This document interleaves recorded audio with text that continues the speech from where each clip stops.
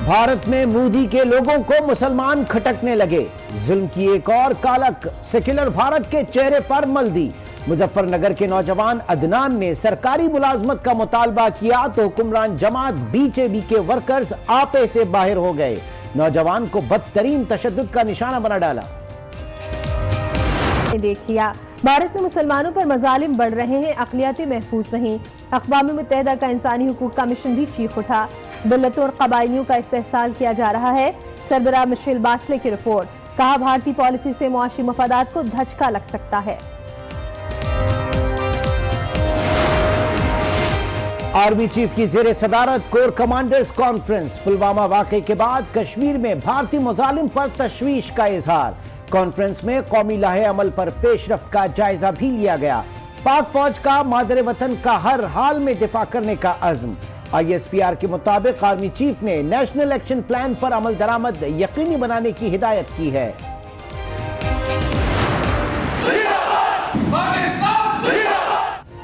जारियत नहीं चाहते, दुश्मन ने पहल की तो मुंह तोड़ जवाब देंगे।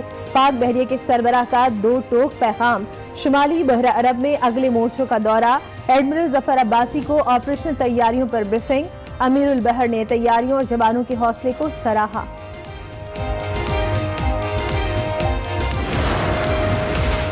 अमन के लिए सिफारती कोशिशें जारी रखेंगे। नेशनल एक्शन प्लान पर अमल कौमी मुफाद में किया जा रहा है। वजीर आजम का काबीना इजलास में खिताब। पाक भारत कशीदगी और कौमी सलामती के उमूर पर ब्रीफिंग। काबीना ने कौमी टैरिफ पॉलिसी की उसूली मंजूरी भी दे दी।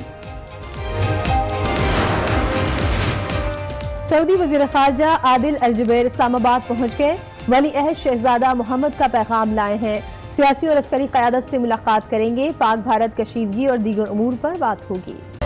चीफ एग्जीक्यूटिव अब्दुल्ला और साबिक सदर हामिद कारजाई बाल बाल बच गए।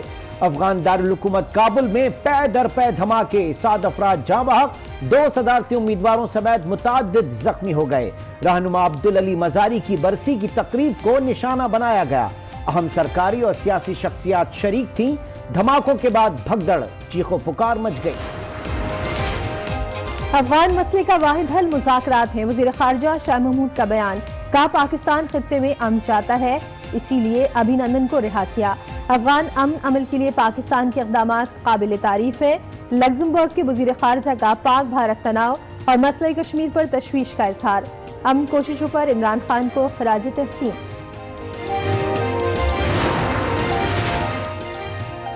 मुख्तलिफ शहरों में कलअदम तंजीमों के खिलाफ कार्रवाइयां। 121 अफराद जेर हिरासत, 182 मदारिस, 34 स्कूल और 163 डिस्पेंसरियां सरकारी तहवील में ले ली गईं।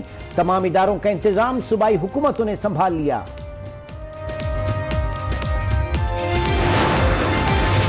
नवाज शरीफ को इलाज की बेहतरीन सहूलियात दी जाएं। वजीर आजम ने पंजाब हुकूमत को हिदायत कर दी। फवाद चौधरी कहते हैं, हमारा इंतकाम का रवैया है न जाती मसला। मेडिकल बोर्ड की सिफारिशात पर अमल दरामद भी किया जाएगा।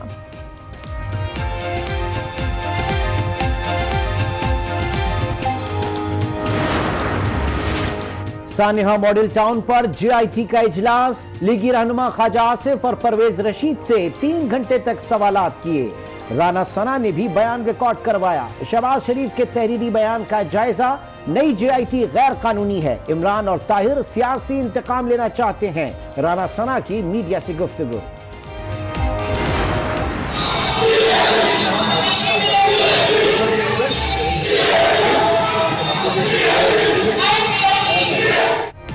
असेंबली में ऑपोजिशन ही ऑपोजिशन के मुकाबले पर आ गई। जमात इस्लामी के रुकन अब्दुल रशीद की ऑपोजिशन के खिलाफ तहरीक इस्तेहकार का ऑपोजिशन में आए हैं। PTI में जम होने नहीं। सूरत हाल पर ऑपोजिशन अरकान बरहम। हंगामा आराई शुरू कर दी। हुकूमती अरकान ने ऑपोजिशन के रुकन को हिसार में ले लिया।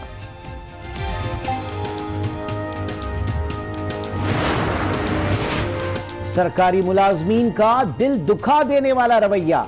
सराय आलमगीर में नादरा के डाटा एंट्री ऑपरेटर की बुजुर्ग खातून से बदतमीजी। मुअम्मर खातून मिन्नतें करती रही। ऑपरेटर ने असिस्टेंट डायरेक्टर की हिदायत भी हवा में उड़ा दी।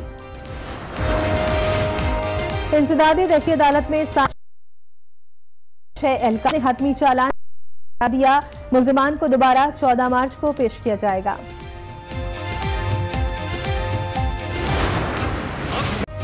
कराची में पाकिस्तान सुपर लीग 4 की तैयारियां। कराची किंग्स, इस्लामाबाद यूनाइटेड और लाहौर कलंदर्स की टीमें आज पहुंचेंगी।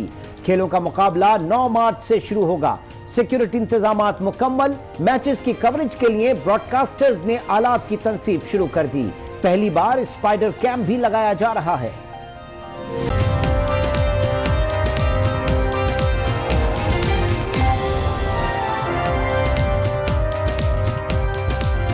अस्सलाम वालेकुम। शाम 6 बजे के बुलेटिन में खुश आमदीद कहेंगे। मैं हूं इमरान सुल्तान और मैं हूं शाइस्ता इकबाल। बुलेटिन के आगाज में सबसे पहले जिक्र सिंध असेंबली में होने वाली हंगामा आराई का। सिंध असेंबली में अपोजिशन लीडर फिरदौस शमीम नकवी के खिलाफ तहरीके इस्तेहकाक पेश किए जाने के पर ऐवान में हंगामा आराई शुरू हो गई। पीटीआई और एमएमए अरकान के दरमियान नौबत हाथापाई तक जा पहुंची, जिसके बाद पीपल्स पार्टी के अरकान ने जमात इस्लामी के रुकन अब्दुल रशीद को हिफाजती हिसार में ले लिया। इस हवाले से मजीद तफसीलात जानेंगे आज न्यूज के नुमाइंदे शकील नकवी से। शकील नकवी, बताइएगा क्या रहा आज सिंध असेंबली में?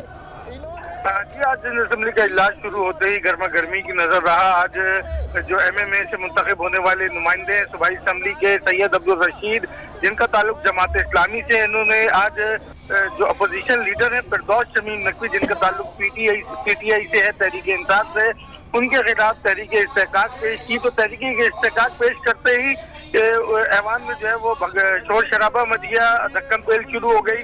पीटीआई के जितने भी जो रुकन थे सूबाई असेंबली के, वो अब्दुल रशीद के ऊपर हमला कर दिया और धक्के दिए और हाथापाई की नौबत आ गई। जिसके बाद फौरी तौर पर पीटीआई ने मामले की नजाकत को संभालते हुए फौरी तौर पर जो हुकूमती बेंचें थी वहां से उठे और सैयद अब्दुल रशीद जो एमएमए के नुमाइंदे हैं, जमात इस्लामी से इनका ताल्लुक है, फौरी तौर पर उन्हें हिफाजती हिसार में ले लिया।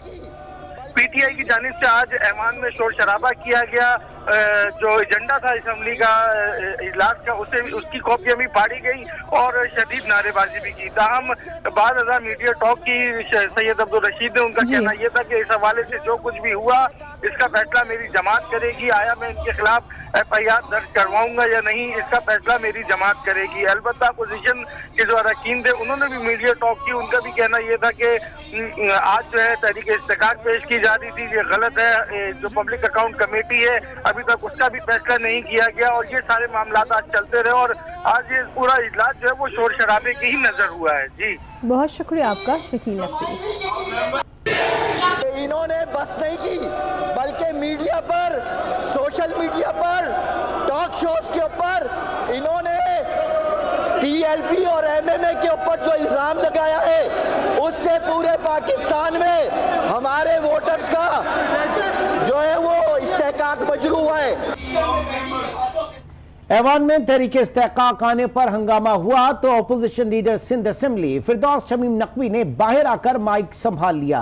कहते हैं गालम गलोच दूसरी तरफ से हुई, हम स्पीकर की जानिबदारी और गलत रवैये के खिलाफ एहतजाज कर रहे थे। उन्होंने शिकवा किया कि हर बार डिप्टी स्पीकर उनका माइक बंद कर देती हैं। फिरदौस शमीम नकवी ने मुतालबा किया कि अपोजिशन को सिंध असेंबली में बयानतदार स्पीकर चाहते हैं। असेंबली का कानून ये भी कहता है कि जब लीडर ऑफ द ऑपोजिशन खड़ा हो तो उसका माइक खोला जाए। दूसरा ये है कि जैसा करता है वैसा भरता है। जो कुछ वो वहां कर रहे थे हमने तो बहुत बाद में शुरू किया है, बदला नहीं है। बात सारी ये एहतजाज करने का तरीक़ाकार अगर एक जगह अपनाओगे तो जैसा करोगे वैसा भरोगे भी। अगर आपने एक तरीक़ाकार जमहूरियत को पामाल करने की कोशिश कर रहे हैं तो पहले अपने पे कानून लागू करो, उसके बाद मुझ पे एतराज करो। मैं आपके एतराज का जवाब दे रहा हूँ, जब उनका एतराज का जवाब हो जाएगा, वो नहीं करेंगे तो मैं भी बताऊंगा कि मैं क्यों कर रहा हूँ उस वक्त जवाब। जी, पीपल्स पार्टी के रहनुमा सईद गनी ने सिंध असेंबली में होने वाली हंगामा आराई पीटीआई के अरकान पर शदीद तनकीद की। बोले कि ऐसा रवैया अख्तियार करने वालों को इमरान खान शाबाशी देते हैं। पाकिस्तान पीपल्स पार्टी के रहनुमा सईद गनी ने सिंध असेंबली में होने वाली हंगामा आराई पर पीटीआई के अरकान पर शदीद तनकीद की। बोले कि ऐसा रवैया अख्तियार करने वालों को इमरान खान शाबाशी देते हैं।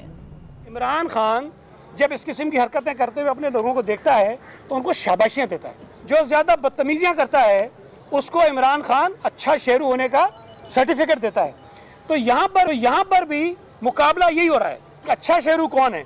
आपा फिरदौस लगी हुई है कि अच्छा शेरू मैं हूँ और कोई और लगा रहा है कि अच्छा शेरू मैं हूँ। जब अकल बट रही थी, पता नहीं ये कहाँ सोए हुए थे, जो आपा फिरदौस साहिबा हैं, उन्होंने स्पीकर साहब के ऊपर जाती हमले किए। और मुझे हैरत हुई कि स्पीकर साहब से सवाल पूछे जा रहे हैं कि जनाब वो जो सोना निकला वो कहाँ से आया और कैसा आया। सवाल कौन कर रहा है? जिसने खुद एमनेस्टी स्कीम ली हुई है। इनकम टैक्स किस 2017 में इमरान खान का 1,03,000 और मेरे जैसे एक आम से मिडिल क्लास के आदमी का है 7,76,000। इतनी बड़ी जो आप अयाशियाँ करते फिर रहे हैं, आपके पास पैसे कहाँ से आते हैं?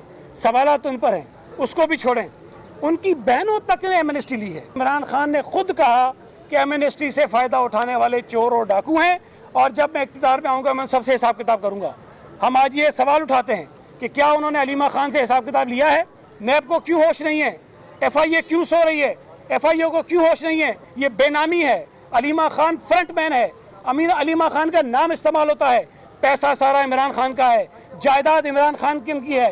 ये ज़कात, चंदे और खैरात का पैसा है जो लोगों ने दिया था कि गरीबों का इलाज हो। इन लोगों ने बैरून मुल्क अपनी जायदादें बनाई अरबों रुपए की। वो जो टहरान खान बेचारी लंदन में बैठी है, उसको कौन इंसाफ देगा? उसको कौन बताएगा कि उसका वालिद कौन है? उसके सवाल का कौन जवाब देगा? यहाँ पर माली करप्शन के खिलाफ नारे लगते हैं। मैंने इमरान खान की माली करप्शन भी बताई, अखलाकी करप्शन भी बताई। सबसे पहले इमरान खान के सामने खड़े होकर पूछे, वो जो लड़की तुमसे जिसकी शक्ल मिलती है, वो जो कोर्ट ने फैसला दिया, तुमने उसको चैलेंज क्यों नहीं करवाया? तुम अपना DNA टेस्ट क्यों नहीं करवाते हो? अगर तुमने कुछ नहीं सीखा तो सीखो। अगर गलती से, बदकिस्मती से तुम ऐवानों में पहुंचा दिए गए हो, इन ऐवानों में बिठा दिए गए हो, तो कम से कम अब कुछ सीख जाओ। और यहां आपको अपडेट करें कि army chief general Qamar Javed Bajwa की जेर सदारत कोर कमांडर कॉन्फ्रेंस का इनेकाद किया गया, जिसमें जियो स्ट्रेटेजिक सूरत हाल, पाक भारत कशीदगी के बाद की सूरत हाल का जायजा लिया गया, जबकि मादरे वतन के खिलाफ किसी भी किस्म की जाहिरियत का मुंह तोड़ जवाब देने के अज़्म का इजहार भी किया गया। ISPR के मुताबिक कॉन्फ्रेंस में नेशनल एक्शन प्लान को भी सराहा। इस मौके पर गुफ्तगू करते हुए army chief general Qamar Javed Bajwa का कहना था कि ताकत का इस्तेमाल सिर्फ रियासत का इस्तेहकाक रहेगा। पाकिस्तान अमन, तरक्की और इस्तेहकाम की जानिब गामज़न है और कोई भी खतरा या रुकावट पाकिस्तान को तरक्की से नहीं रोक सकता। अहम खबर दे, सऊदी वज़ीर मुमलिकत बराए खारजा आदिल अल जुबैर पाकिस्तान पहुंच गए हैं। उन्होंने वज़ीर आज़म ऑफिस में वज़ीर आज़म इमरान खान से मुलाकात की। वज़ीर आज़म ऑफिस आमद पर वज़ीर आज़म ने मुअज़्ज़ज़ मेहमान का इस्तकबाल किया। वज़ीर खारजा शाह महमूद कुरैशी, मुशीर तिजारत अब्दुल रज़्ज़ाक दाऊद और सेक्रेटरी खारजा भी मुलाकात में मौजूद थे। मुलाकात में पाक भारत कशीदगी के बाद की सूरत हाल पर बातचीत की गई। आदिल अल जुबैर ने मामले पर पुरअमन तरीके से हल कराने का यकीन दिलाया। वफाकी वज़ीर इत्तलात फवाद चौधरी का कहना है कि पाकिस्तान आलमी बोझ लेने की पोजीशन में नहीं। हालिया दिनों में जो हुआ इत्तेफाक राय से हुआ और इसे कायम रखना चाहते हैं। पहला मौका है कि इंटरनेशनल प्रेस में पाकिस्तान के मौक़िफ़ को पजीराई मिली। उन्होंने ये भी वाज़ेह कर दिया कि पाकिस्तान की सरजमीन किसी के खिलाफ इस्तेमाल नहीं होगी।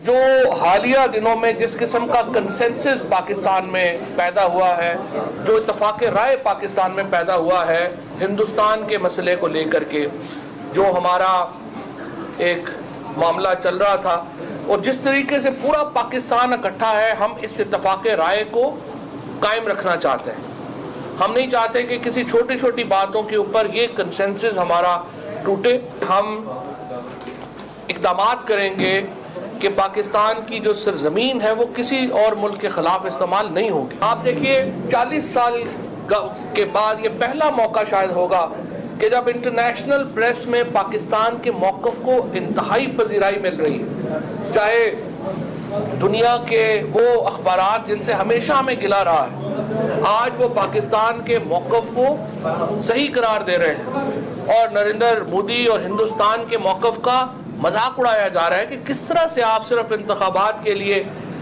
लाखों और करोड़ों लोगों की जिंदगियों को दांव पे लगा देते हैं।